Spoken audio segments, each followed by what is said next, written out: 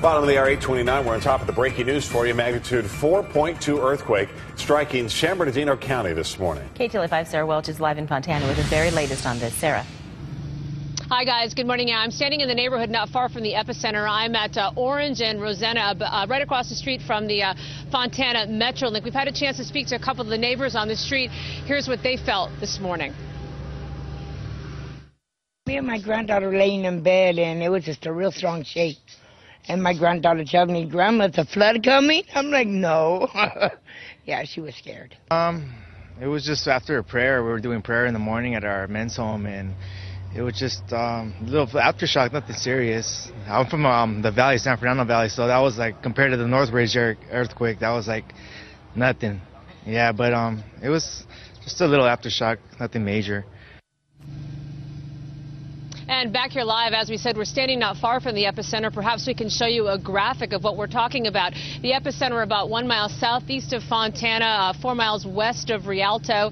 Again, this neighborhood feeling it all across San Bernardino County and even parts of Orange County and Irvine and Santa Ana. Folks calling in saying that they felt this quake. We're told it was a shallow quake, about 2.8 miles underground, according to USGS, and not on any specific fault line. Now, this morning, we've been getting pictures from our viewers.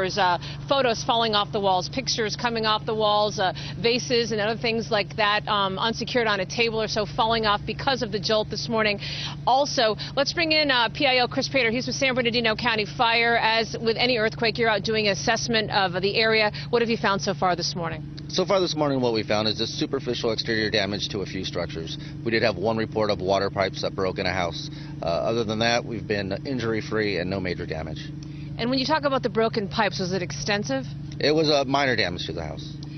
You know, in any situation like this, we know people need to be prepared. What is the message to our viewers this morning? I think this morning was a very good reminder for us that we do have to be prepared. Make sure you have an emergency kit ready to go and water that could last you up to 74 hours, if not longer. Just a couple things to remember to have is basic supplies, flashlights, prescriptions, stuff that you normally would need for an extended amount of time. All right, Chris, as always, thank you, and thanks for your crew for all your help this morning. And we want to show you quickly, whether it's at home or in the car.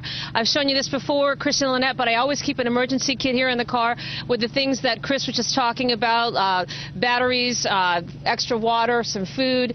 It's a good reminder to make sure you have this, because you never know when something like this is going to happen, and you do want to be prepared. So one other note this morning, there have been a few aftershocks, minor aftershocks, and as a seismologist said earlier this morning, there's only a very small chance, about a 5% chance of anything greater happening. Of course, we'll keep you posted throughout the day. Chris and Lynette will send it back to you. You know, this is the second time this summer, Sarah, that we've had you on an earthquake. And you don't know that you're going to be on an earthquake, and yet the trunk of your car is always very immaculate. Well, and prepared.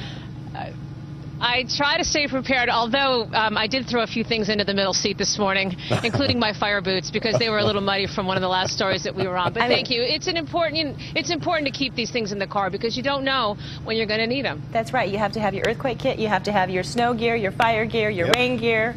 We got a lot of junk in our trunks. Way to go, Sarah.